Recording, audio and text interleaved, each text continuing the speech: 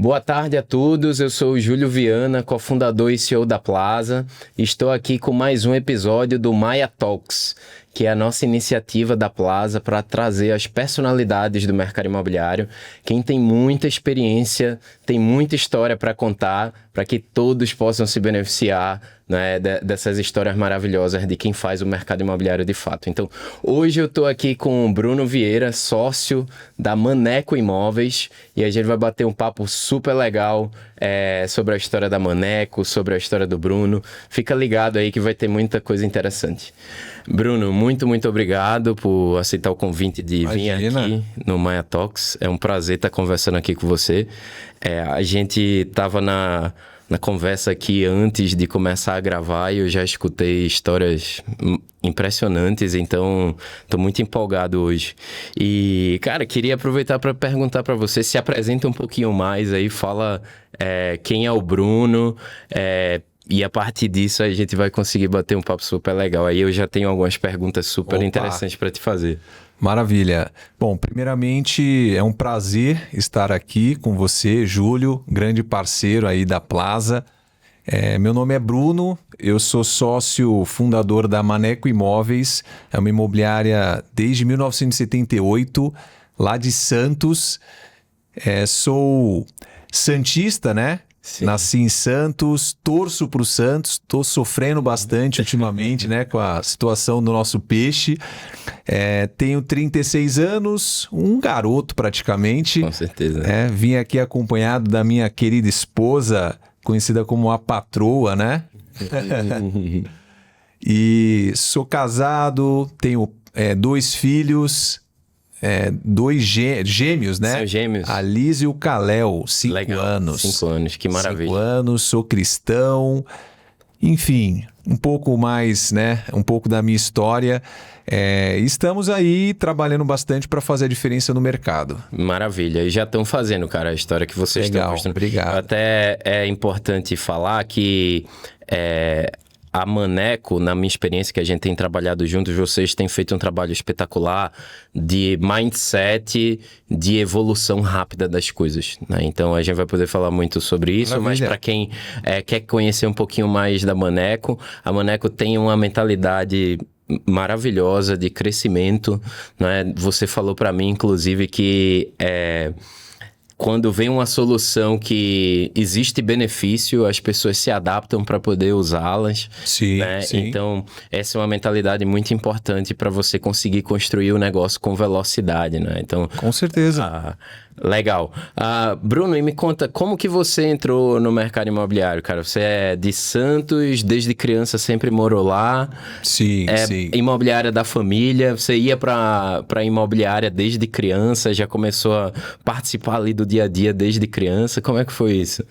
Olha, agradeço muito ao meu pai, né, que juntamente com meu avô fundaram a Maneco. Desde cedo ele sempre nos incentivou, não só eles, como a minha mãe, a trabalhar desde cedo.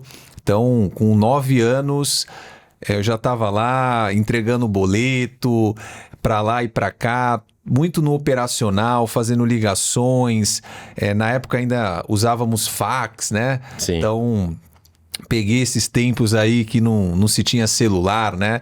Era tudo ali no balcão, atendimento mais humanizado, né? Uma época que eu particularmente gostava muito de trabalhar e a gente sempre foi incentivado a estar ali no operacional. Não é porque nós éramos filhos que a gente tinha algum tipo de privilégio, muito pelo contrário, recebíamos R$50, lembro até hoje, R$50 por mês, né? A gente até brinca, praticamente uma exploração, né? Mas, assim, muitos aprendizados, assim, que eu carrego comigo até hoje. Então, desde pequeno, quando estava todo mundo lá de férias, empinando pipa, a gente que gostava muito, né, de brincar, empinar pipa na rua, jogar peão, não tinha moleza não, tinha que trabalhar, não tinha férias e foi muito boa essa experiência, né? A gente pegou ali desde o início, né, do crescimento da empresa E hoje, graças a Deus, a gente está colhendo os frutos. Legal, não, isso é super importante. Sabe, meu pai é empreendedor também, eu desde que tinha 12, 13 anos, ele costumava me levar para lá, fazia um job rotation, né, que a gente chama, que ele mandava fazer todas as coisas dentro da empresa para aprender de tudo, né? Legal. E com você era só nos finais de semana ou era depois da escola também, quando era criança? Depois da escola, não tinha moleza não. Meu pai, assim, ele também trabalhou desde muito cedo, então acabou passando isso pra gente, né? Mas assim, não tenho nenhum arrependimento disso, muito pelo contrário, a gente sempre gostou bastante de trabalhar, né? Isso. Então, isso tá desde pequeno enraizado, né? Vem de família. E eu não acho que isso é trabalho, porque quando você coloca uma criança para estar dentro da empresa, que a empresa é dela também, né? Sim. Aquilo ali acaba virando uma coisa da criança, como se ela estivesse em casa, né? Exato. Cuidando do próprio patrimônio, vamos dizer assim, né? Sim. Então, eu acho que é uma iniciativa maravilhosa.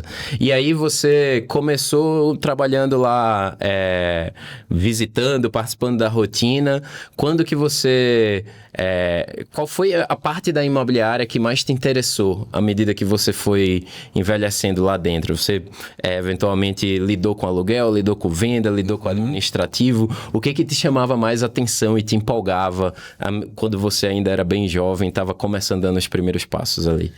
Tá assim, ó, no começo eu confesso que apesar de gostar do ambiente, o trabalho ele não era tão agradável, né? Sim.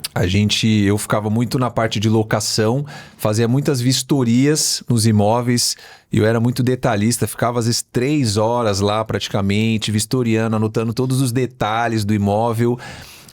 E era um imóvel simples, né? Era uma região simples, então não tinha nada de glamour, né? A gente acabava ficando horas ali, tinha que intermediar conflito entre locador, locatário. Isso me amadureceu muito, me ensinou muito sobre negociação. Eu acabei me tornando uma pessoa até muito paciente no processo, porque eu lidava com situações de conflito.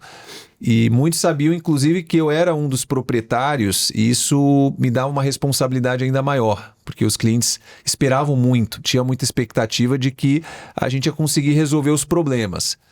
E aí você lidar com as expectativas de locatário e locador é algo que não é nada fácil. Então eu fiquei muito tempo nesse trabalho mais operacional, fazendo a parte de vistorias. Isso era já adolescente? Preenchimento de cheques, né? Ia na cidade para fazer os depósitos, né? Na época a gente depositava cheque. Fazia muito isso, ia pro banco no caixa eletrônico depositar cheque. Sim. Mas assim, eu gostava, a gente se sentia útil, estava sempre aprendendo e como você falou, era algo que era nosso, no final das contas, então eu sempre enxerguei dessa forma. Eu confesso que eu acho que eu fiquei até muito tempo nessa área operacional, mas foi bom porque isso trouxe uma base muito forte. Com certeza. E você falou que era detalhista, não era não, você é detalhista até hoje. Sou bastante detalhista. Exatamente, isso é analítico, uma característica muito boa de quem realmente é exigente e vai no mínimo detalhe para fazer o negócio funcionar. Exato. Isso aí, perfeito. E isso você já era adolescente nessa época, que trabalhava ali como vistoriador, ainda convivia com colégio ou isso já era depois do colégio ali? Não, eu era adolescente e tudo ali é misturado, né? Colégio, antes de eu entrar na faculdade, né? Que fiz faculdade, mas dos 12 anos em diante eu já estava nessa pegada de fazer vistorias, estar ali em contato constante com os clientes. E aí, depois que você talvez saiu do colégio e foi para a faculdade, foi quando as coisas começaram a mudar sobre o papel que você estava exercendo dentro da imobiliária, talvez as curiosidades ali, o que te deixava mais empolgado? Então, quando eu completei 19 anos, eu entrei para a faculdade de administração. Legal. Administração de empresas, e aí foi nessa época que eu me interessei em me tornar corretor. Na verdade, eu já tinha esse interesse, esse era o caminho natural, mas eu acabei me interessando mais em ser corretor de vendas, porque eu sempre trabalhei muito na parte de locação, locação, administração de imóveis.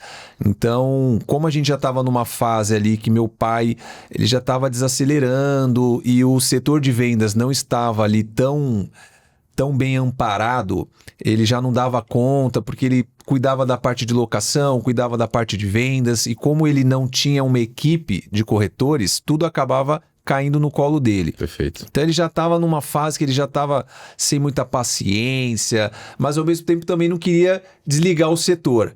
E aí eu vi a necessidade de assumir, era algo que eu já queria fazer, e aí foi quando eu fiz o curso do TTI para me tornar corretor, ao mesmo tempo que eu estava fazendo a faculdade, e aí foi a partir daí que as coisas começaram a caminhar nessa parte de vendas. Ah, então a venda, ela te puxou, ao invés de ser um negócio que você se empolgava naturalmente por aquilo. Tipo, a empresa estava precisando, Sim, você disse, sim. eu vou assumir isso aqui, você viu a oportunidade e foi atrás, né? E hoje é o que você mais...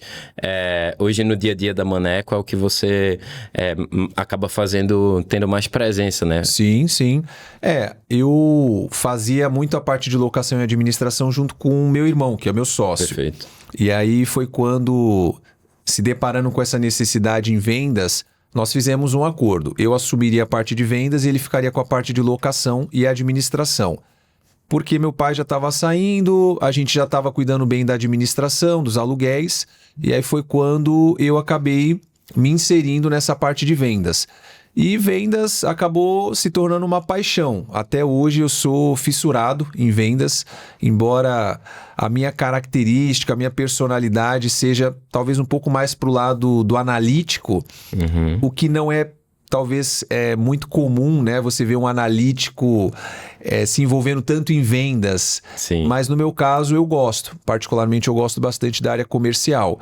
Então foi uma área que com certeza me trouxe um prazer muito maior se comparado com as atividades operacionais que eu fazia lá, como vistoria de imóvel, tem que ficar lidando com situações de conflito. Vender é bom demais, né? Vender com certeza. assim, eu gosto de atender clientes. A partir de um determinado tempo a gente começou a montar equipe, né? A gente pode até se aprofundar um pouco nessa parte. Legal. Né? Porque inicialmente eu acabei até talvez um pouco influenciado pela história do meu pai, pela trajetória dele, eu acabei ficando muito tempo como corretor solo. Então eu me tornei corretor e fiquei praticamente 8 anos trabalhando como corretor solo. Eu não tive aquela iniciativa de montar um time, porque talvez muito influenciado pela história do meu pai, porque ele acabou montando um time, havia se aborrecido, principalmente com parentes, e aí ele acabou seguindo essa carreira solo e construiu um patrimônio muito interessante dessa forma. E aí eu demorei um pouquinho a despertar para essa questão de vamos montar um time para fazer o setor crescer ainda mais. Legal. E essa é um ponto muito importante, porque a Maneco, o histórico de crescimento, ela foi mais na parte de locação e administração, né? Pelo que você está dizendo. Sim. E aí, quando você entrou para fazer venda, o setor de vendas provavelmente ele não estava tão desenvolvido assim. Perfeito. Quais foram até antes disso um pouco, qual assim, se você quer montar, como que essas duas coisas são importantes na estratégia da companhia, né? Uma empresa só de venda, ela provavelmente acaba tendo pontos fracos que a locação e a administração acaba complementando. Como que você vê essa questão de a imobiliária ter duas unidades de negócio e uma complementando a outra? Você ter uma operação que não tem alocação é uma operação, ao meu ver, muito frágil, porque embora vendas é uma área dentro da imobiliária que permite alavancar rapidamente os resultados, se bem trabalhado, obviamente, a locação é a base, é o que dá o sustento. Inclusive é o que gera valor na empresa, que é o equity. Até pensando numa venda, por exemplo, de uma imobiliária, como já até recentemente tivemos casos de imobiliárias que foram vendidas que não tinham um setor de locação bem estruturado, você não via muito valor na operação, porque vendas, muitas vezes você não tem exclusividade da sua carteira, o imóvel está com você e com mais outros 10 players do mercado, você vende um mês, mas não tem a garantia de que no mês seguinte você vai vender, mesmo que você tenha processos bem estruturados. Então, pensando até numa venda, caso esse seja o interesse do empreendedor, você não tem um setor de locação, é algo que não confere valor à imobiliária. Então, tem esse aspecto para quem pensa numa venda futura da operação e tem o aspecto de que você ter no setor de locação, além de você ter uma base de clientes muito maior, acaba tendo uma sinergia com o setor de vendas, porque é muito comum pessoas que desocupam o imóvel desocuparem e comprarem um imóvel. Ou alguém comprar e querer deixar para alugar. Então, uma operação acaba complementando a outra. Legal. Sem contar que a locação te permite ter uma base de clientes com quem você vai ter contatos frequentes, o que te permite, inclusive, até desenvolver novos serviços para estar oferecendo para essa base de clientes. Legal. Então, nesse aspecto, com toda certeza, locação é fundamental. E tem muitas empresas que acabam tendo a locação como um patinho feio, né? Ou um pagador de contas. Na verdade, a gente sabe que, para quem não sabe trabalhar com locação, de certa forma, acaba sendo mais ou menos isso. Mas lá, por exemplo, hoje a gente tem uma carteira de mais de 1.000 imóveis alugados e lá não é só pagador de contas, lá é uma operação muito lucrativa, entendeu? Se a gente não tivesse vendas hoje, com certeza a área de locação já daria um lucro muito interessante. Eu percebo esse padrão, viu, Bruno? Quando eu vejo muitas imobiliárias que são bem-sucedidas, que elas conseguem utilizar a área de locação para alimentar a área de vendas em muitos aspectos. Tem essa primeira parte que, Sim. sem dúvida nenhuma, a área de vendas ela é muito mais volátil do que a área de locação, né? Depende muito da macroeconomia, mas tem também toda uma parte de os proprietários da locação que eles também podem colocar o imóvel à venda, os inquilinos que podem comprar imóvel, né? Você acaba tendo a complementariedade muito boa. E nem todo mundo vê desse jeito.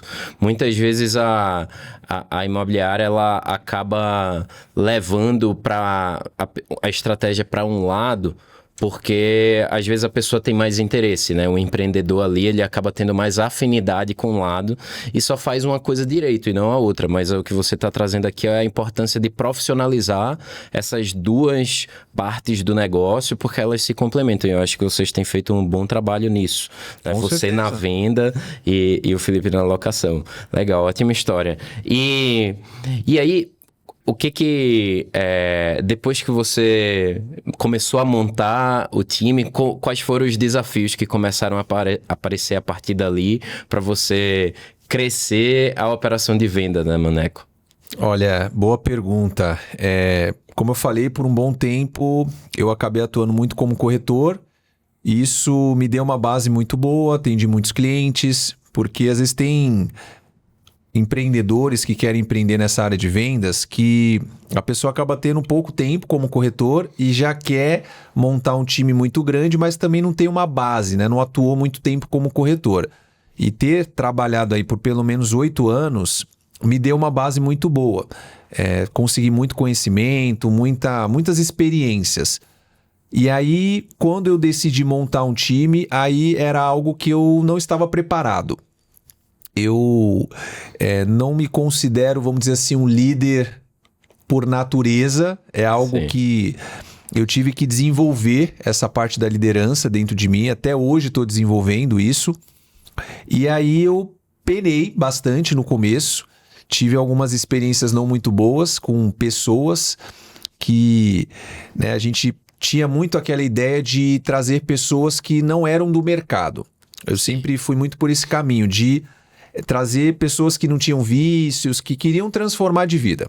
Sim. Pessoas que tinham muita vontade, que queriam aprender, que não estavam satisfeitas numa outra profissão. E aí eu comecei a trazer essas pessoas para a corretagem.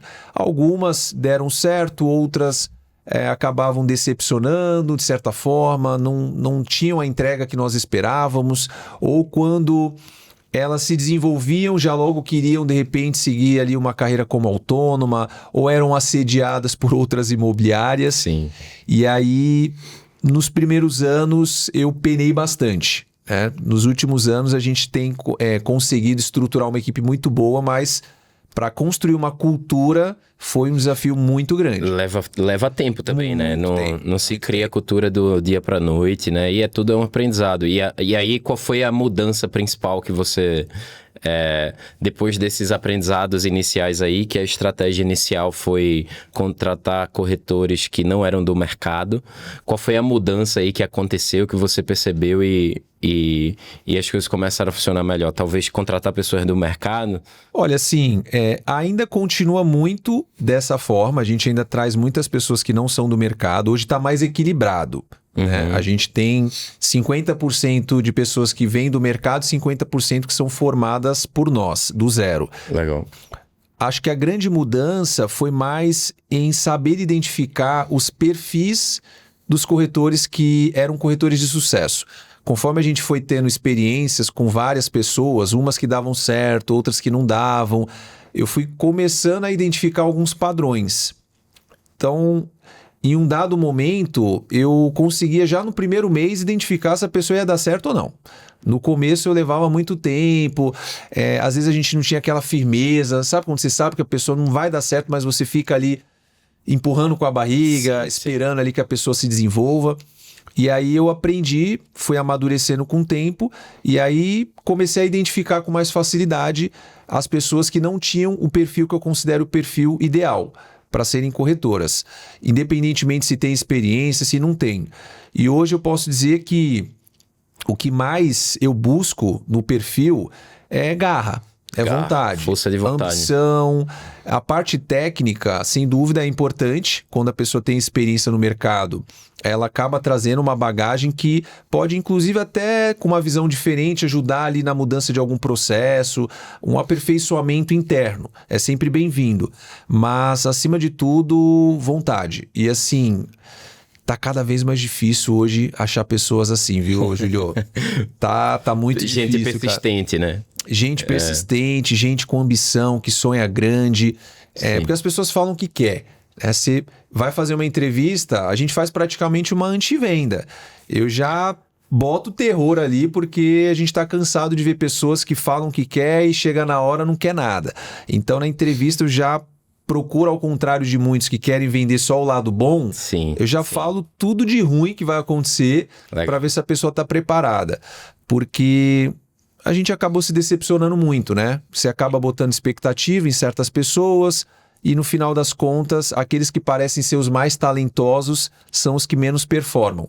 E aí, dentro desses padrões que eu falei, eram pessoas que muitas vezes não tinham estudo, nem formação e simplesmente tinham muita vontade de transformar de vida, e essas são as pessoas que mais vendem hoje na operação. Legal. Então eu busco pessoas que tenham um bom motivo para querer mudar de vida. Legal. Nas entrevistas eu procuro identificar quais são os motivos.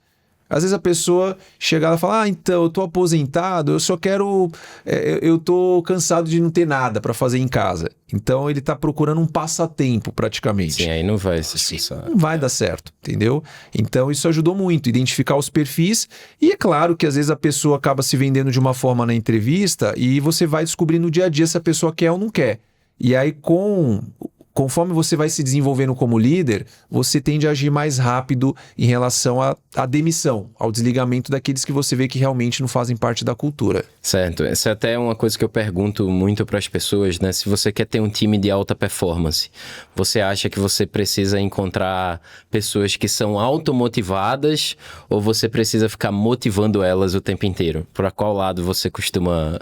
Com toda certeza automotivadas. Automotivada, né? A gente já estrutura lá a empresa, dá todo o suporte. Acho que o corretor precisa de uma direção. É isso que a imobiliária tem que oferecer para o corretor, uma direção. Porque às vezes a pessoa é automotivada, tem ambição, tem garra, só que ela vai para uma empresa que acaba orientando ela por um caminho errado. Sim. E ela gasta muito tempo para conseguir ter resultados. E muitas vezes a pessoa não tem esse tempo. Até porque, como se sabe, o corretor não tem remuneração fixa. E aí acontece muitas vezes a pessoa entrar cheia de vontade, mas ela tem 4 meses para dar certo. Exato. Se ela tiver a direção errada, ela vai ter a motivação, porém a motivação ela vai vai ser em vão nesse caso, porque a pessoa vai ficar ali se esforçando no caminho errado. Legal. Esse é um bom ponto que você tocou aí, que eu também costumo sempre conversar, que é quanto tempo é o ideal para a pessoa fazer a primeira venda depois que ela entrou na profissão de corretor de imóveis, né? Por exemplo, qual foi a sua experiência quando você começou lá, quando tinha 19 anos? Se você fosse pensar como foi a sua experiência e olhar agora uma pessoa jovem que está entrando no mercado e ela precisa ser persistente. Qual a expectativa dela em relação a fechar a primeira venda?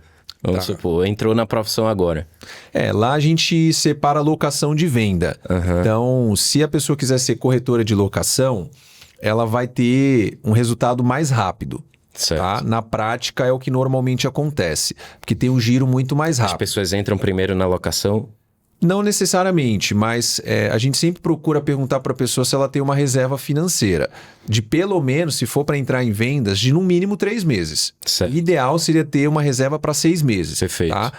Locação já tem um giro mais rápido. Dificilmente a pessoa vai passar um mês inteiro sem fazer uma locação. Então, para locação é um pouco mais tranquilo nesse aspecto. Certo. Vendas, no mínimo 3 meses.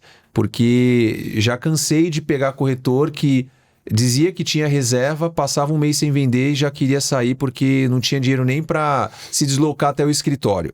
Simplesmente parava de ir para o escritório e falava, pô, por que você não está indo mais? Porque não tô tendo dinheiro, tô economizando para as visitas.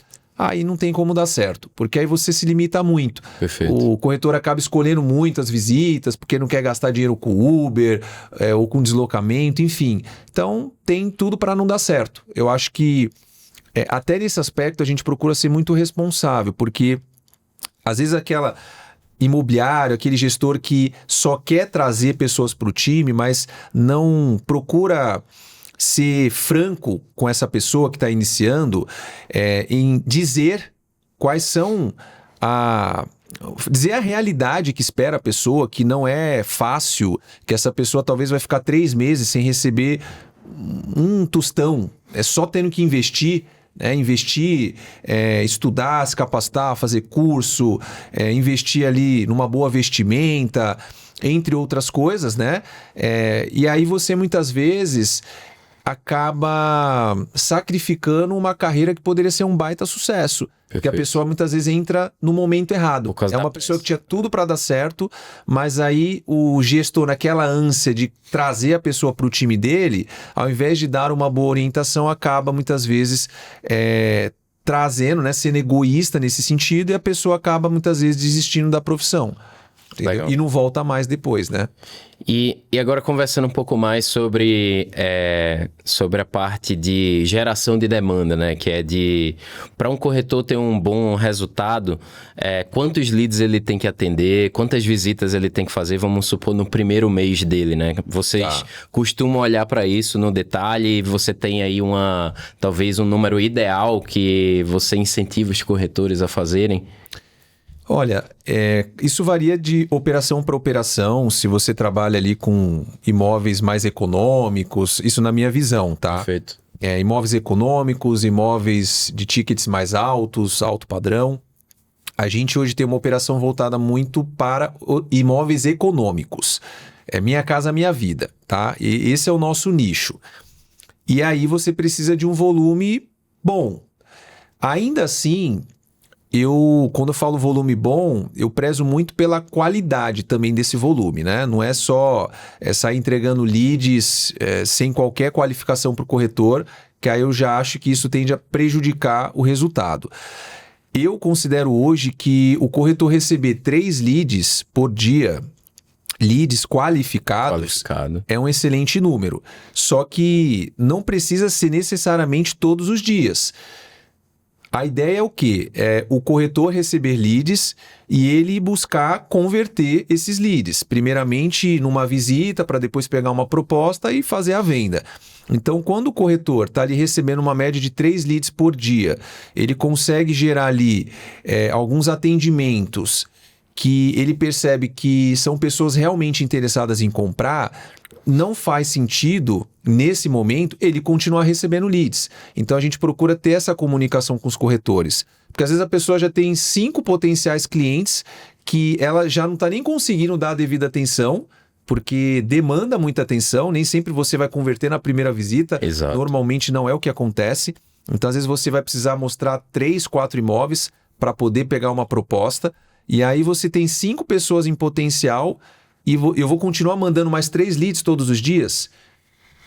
Se eu exigir que essa pessoa tenha um tempo de resposta rápida para esses novos leads, eu vou tirar a atenção dela para os outros atendimentos. Então, essa questão do número de leads, eu vejo que 3 são bons até o momento que esse corretor tiver pessoas qualificadas para ele falar, olha, já tenho clientes em potencial aqui, dá uma segurada, aí esse alinhamento a gente procura ter com os corretores. Legal. E o que é uma boa conversão de venda, assim? Talvez a de visita para negócio fechado, ou talvez de lead para negócio fechado. Você tem um número mágico, assim, que você considera que é uma boa conversão? Então, lá na região que a gente atua, a gente faz um trabalho de marketing muito forte. Eu acredito que a gente consegue ter uma taxa de conversão boa de visitas para propostas, né? Então, hoje, a média, né, para cada 5 visitas que a gente faz, pessoas diferentes, no caso, a gente tem 20% de conversão, tá? Então, para cada 5 visitas, uma proposta. Legal. Entendeu? Legal. Essa é a média que a gente tem conseguido. Agora, de atendimento para visita, a gente está ali entre 8% e 10%. Então, para cada 10, a gente consegue levar vamos colocar aí que a gente consegue levar para visita. Aproveitando, já entrando aí dentro do assunto de visita, né? E você comentou muito sobre qualificação. Vamos conversar um pouquinho sobre inteligência artificial e as ferramentas que você usa de maneira geral para otimizar o seu negócio. Qual foi o papel da IA para você para otimizar tanto a qualificação como essa parte de visita? Essas são coisas que vocês usam bastante na Maneco? Sim, sim. A gente tá super aberto a mudanças, isso nunca foi um problema pra gente. Eu gosto de testar. Testar é comigo mesmo. A gente mexe, revira toda a operação lá, os corretores já se acostumaram dentro desse ambiente. Tanto é que a gente não teve nenhum problema quando nós implementamos a IA da Maia. E a gente, inicialmente, começou a usar o chatbot. Então, você tinha lá o robozinho que apresentava um menu de opções para as pessoas e direcionava o atendimento ali, seja por pré-atendimento ou diretamente para o próprio corretor. Essa foi a primeira iniciativa de vocês para tentar qualificar o lead, ainda na era pré-IA, você quer dizer. Exato. E era um chatbotzinho de árvore. Clicar no botão e ia para um lugar, esse tipo de coisa. Isso mesmo. Então, assim, foi a nossa primeira iniciativa. Tinha ali seus resultados, mas muitas pessoas não gostavam da experiência, porque era uma coisa muito robotizada. Então, a gente via que muitas pessoas já nem respondiam mais, ou clicava ali num botão e depois já não dava sequência. Então, você tinha que ter alguém ali para ficar acompanhando, porque muitas pessoas ficavam paradas ali no robô, né? Então, foi essa experiência que nós tivemos. Com a chegada da Maia, aí mudou completamente de figura. A Manu da Maneco, né? A gente agora tem a nossa Manu, né? Exato. E assim, foi sensacional a experiência desde o início. As pessoas muitas vezes não conseguem identificar que é uma IA. Elas falam como se fosse uma pessoa. Inclusive, tem uns clientes que são meio carentes, né? Sim. Que desabafam, mandam áudios de 8 minutos. E legal que ela ouve o áudio sem acelerar, né? Que nem a gente. A gente acelera 2 vezes, ela é bem paciente, né? Sim. E ela, assim, tem esse papel de humanizar o atendimento, apesar de ser uma inteligência artificial.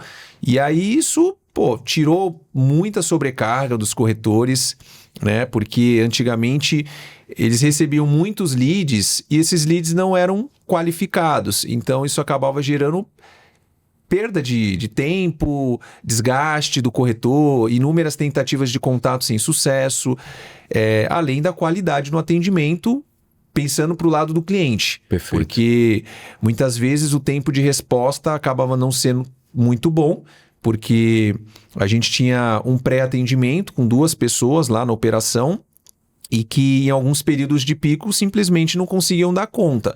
E aí tinha atendimentos que levava 15, 20 minutos para começar o atendimento. Hoje em dia, 15, 20 minutos é uma eternidade para o cliente. Exato. E aí, com a Maia, mudou de figura completamente, né? Inclusive, existem estudos que mostram que atendimentos respondidos em até 1 minuto gera 400% praticamente a mais de taxa de conversão em visitas, por exemplo, que é o momento que o cliente está ali, com atenção, pesquisando. E aí a Maia atende até em menos tempo que isso. Exato. Atendimento instantâneo, praticamente. Exato.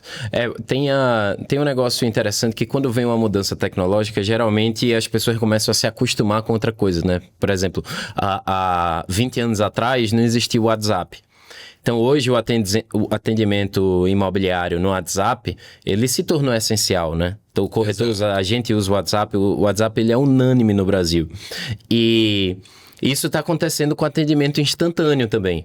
Eu acho que o cliente, o consumidor final, há, 5 anos atrás, ele queria atendimento rápido, mas ele estava acostumado a receber um atendimento mais tardio.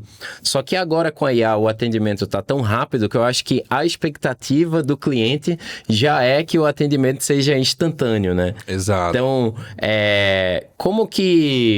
como é que foi a adaptação para vocês dessa nova tecnologia na hora que você começou a trabalhar com ela, assim? Qual foi o que você vê que é o principal benefício para o corretor dessa ferramenta? Bom, teve uns quebra-pau lá, né? Perdemos metade da equipe. Não, tô brincando. Sempre tem. Não, mas foi bem tranquilo, assim. A gente... toda mudança que a gente precisa implementar, antes de a gente implementar, a gente precisa deixar muito claro quais são os benefícios para os corretores. O problema de você implementar uma mudança repentina sem passar os benefícios é que as pessoas acabam tendo uma resistência grande, porque elas apenas enxergam aquilo como um trabalho a mais, né? Mais uma coisa que elas vão precisar se inteirar entre tantas coisas que o corretor já tem para fazer. E desde o início ficou muito claro para eles quais eram os benefícios, que a inteligência artificial ia ajudá-los inclusive a poupar tempo. E tempo é tudo que o corretor precisa, porque são muitas atividades que o corretor tem. Então, foi muito tranquilo esse processo de adaptação, né? Eu até achei que pudesse ter ali alguma pequena resistência, mas o pessoal logo já começou a ver os atendimentos, porque a Manu disponibiliza o link da conversa, então o corretor tem acesso a essas conversas.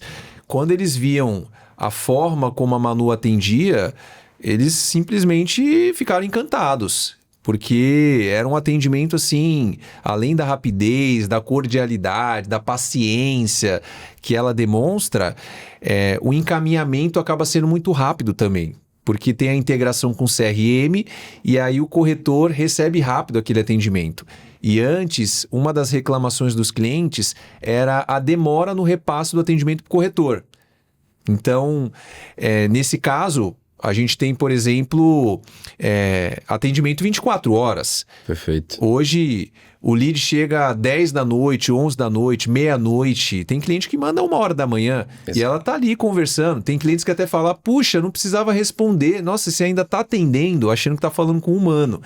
E aí, ela direciona um atendimento às 8 da noite, por exemplo, para o CRM. O CRM já manda para o corretor captador.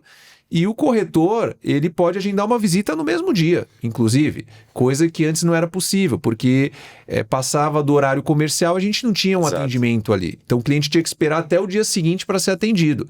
E aí, quando a gente entrava em contato no dia seguinte, já foi, né? Se perdeu o timing do negócio. E sabe que muitas imobiliárias falam que, eu resolvi o tempo do primeiro atendimento, mas eu criei outro problema. Agora o cliente está reclamando do tempo do segundo atendimento, que é o tempo para o corretor entrar em contato. Sim. E a gente fez uma iniciativa junto com você, lá na Maneco, para justamente tirar essa fricção do meio do caminho, né? Conta um pouquinho mais aí de como foi essa experiência de a gente permitir que o cliente já entre em contato direto com o corretor em um clique, ao invés de a gente esperar o corretor ter que entrar em contato com o cliente, né? Perfeito. Não, essa sacada foi genial, né? A gente sentia um pouco essa necessidade de o cliente poder entrar em contato, porque me colocando no lugar do cliente, se eu estou buscando um imóvel às 9 da noite, gostei muito do imóvel, quero agendar uma visita para o dia seguinte. Do jeito que eu sou ansioso, acho que todo mundo é assim, você espera que o corretor te responda às 9 da noite. Então, antes ela falava que ia direcionar para um corretor e de fato fazia isso, integrado com o CRM, só que o corretor muitas vezes não respondia no mesmo dia. E o cliente não tinha como entrar em contato com o corretor. E aí foi quando vocês desenvolveram uma funcionalidade fantástica que, com a integração com o CRM, ela consegue identificar quem que é o corretor captador do imóvel e aí manda uma mensagem para esse corretor captador pelo WhatsApp informando. Então ele não é só notificado pelo CRM, ele é notificado pelo WhatsApp. Pela Manu, e manda o contato do corretor que vai atender para o cliente, dando a possibilidade de o cliente mandar uma mensagem, ligar para o corretor, e às vezes o corretor que está ali, muitas vezes até ocupado, não consegue atender no momento, quando ele vê ali a chamada de um cliente querendo agendar uma visita, ele larga tudo que ele está fazendo, né? Exato. Então, às vezes, aquele corretor que, de repente, só atenderia no dia seguinte, ele atende ali no horário que o cliente chama. Então, isso foi fantástico. E para melhorar, ela ainda traz um histórico, né? Da conversa ali que ela já teve com o cliente, facilitando ali o contato inicial por parte do corretor. Então foi fenomenal.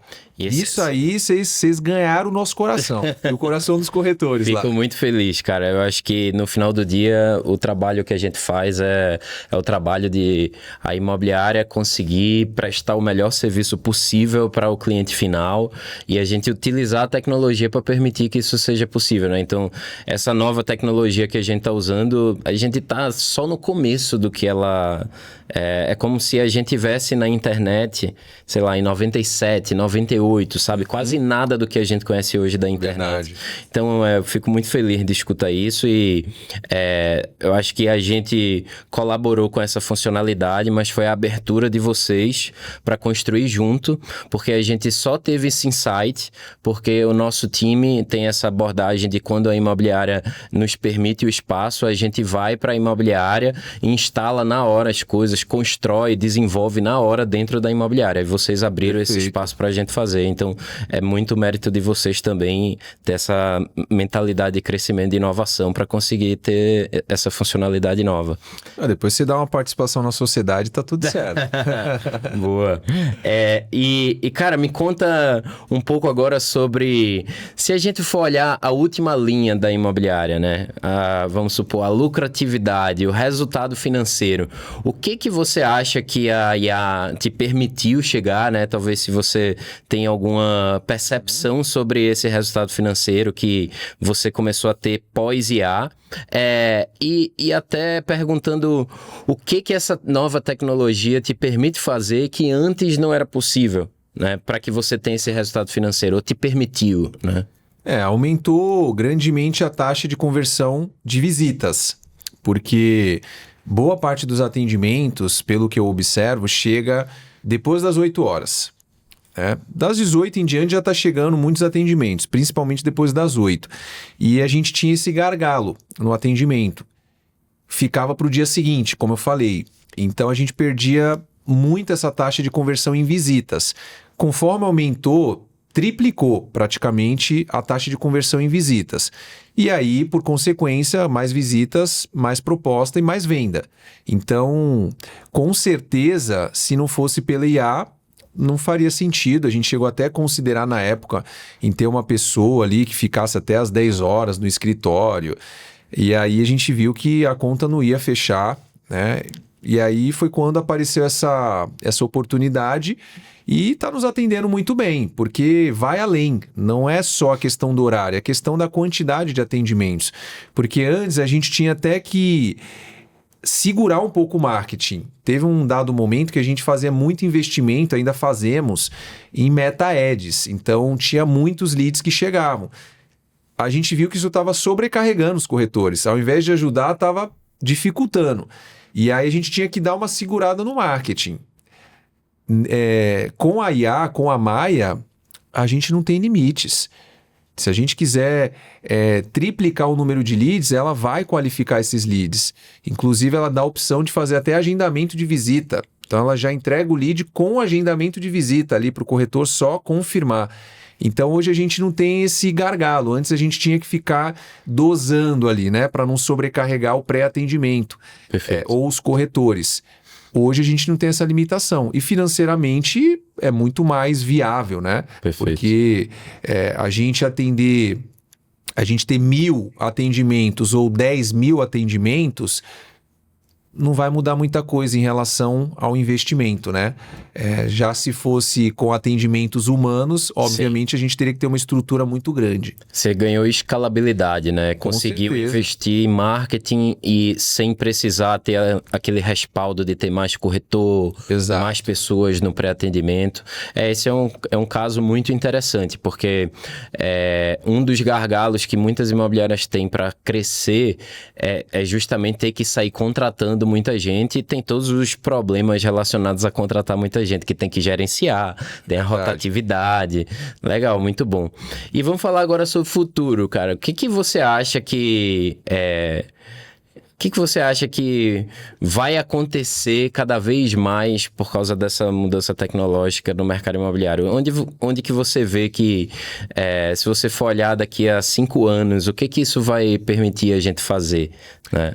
Assim, primeiramente, ao contrário do que muitas pessoas pensam, corretores ou profissionais que estão no mercado, é que eu não acredito, e eu não estou falando aqui só porque eu estou aqui no podcast contigo, eu realmente não acredito que a IA vai substituir a figura do corretor. A IA vai potencializar os resultados desse corretor. Eu acredito que inclusive, acredito que vocês estão até desenvolvendo algo nesse sentido, ela vai ser uma assistente do corretor, né? Vai filtrar ali os atendimentos, vai organizar a agenda do corretor, vai ensinar até esse corretor como atender, como fazer uma melhor abordagem ali dos clientes, vai emitir relatórios de tempo de resposta, o que pode ser melhorado, enfim, entre outras coisas. Então, eu acredito que vai muito por esse caminho, né? Cada vez mais um atendimento humanizado. Tem aí IA de voz também, né? Que hoje já consegue falar como se humano fosse, né? Que até liga para o cliente. Então, acho que vai muito nesse caminho. Cada vez mais humanizar para que as pessoas não tenham a percepção de que está falando com uma inteligência artificial. Acho que vai se basear muito em dados, cada vez mais. Com dados, ela vai sendo treinada e ela consegue atuar como se fosse uma corretora, como se fosse um especialista mesmo no mercado e pautada nos dados daquela empresa específica. Então, ela entendendo a operação, quais são os clientes que mais convertem, quais são os tipos de imóvel que mais tem demanda, ela, com esses dados, eu acredito que ela vai conseguir fazer um atendimento cada vez mais personalizado para cada operação. Então, eu acredito nesse caminho. Atendimento mais humanizado, pautado cada vez mais em dados e sendo um assistente do corretor. Perfeito. Falando do mercado imobiliário. Legal. Esse é um insight muito bom, porque, em primeiro lugar, concordo plenamente com você. Já tem estudos que mostram que as pessoas que usam IA no seu trabalho, elas conseguem produzir, assim, não é nem na ordem de grandeza de 1 a 2 vezes mais do que a pessoa que não usa IA. É na ordem de grandeza de 10, 20, 30 vezes mais, né? Sim. Tanto o fundador da OpenAI, que é o ChatGPT, ele fala que provavelmente em 2026 vai ter a primeira empresa que vale $1 bilhão, que só vai ter uma pessoa. Tipo, uma pessoa só, uma empresa gigantesca. Então, isso mostra que essa ferramenta, ela tá aqui para potencializar o nosso trabalho. Então, é muito a diferença aí entre quem usa IA e quem não usa. O corretor que não usa IA, as chances dele ficar obsoleto, dele não conseguir produzir, comparado com o corretor que sabe usar muito bem IA, eu acho que é muito alta, sabe? Com certeza. E tem um outro ponto também, que é a IA, cara, ela não é boa em situações de ambiguidade.